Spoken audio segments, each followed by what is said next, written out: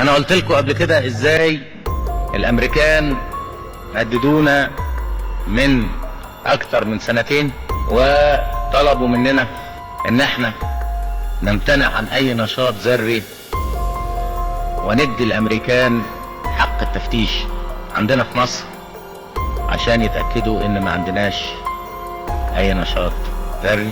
بعدين طلبوا مننا ان احنا نوقف انتاج الصواريخ وندي الامريكان حق التفتيش، واحنا رفضنا هذا الكلام بالكامل. وابتدوا يقولوا لنا من يومها الرأي العام بتاعنا هيكون مستاء والكونجرس هيكونوا مستائين. اما قلنا لهم احنا متأسفين لا يمكن ان نقبل هذا الكلام، قالوا انهم سيعملوا بكل الوسائل حتى لا يحدث خلل في ميزان التسلح في هذه المنطقة من العالم.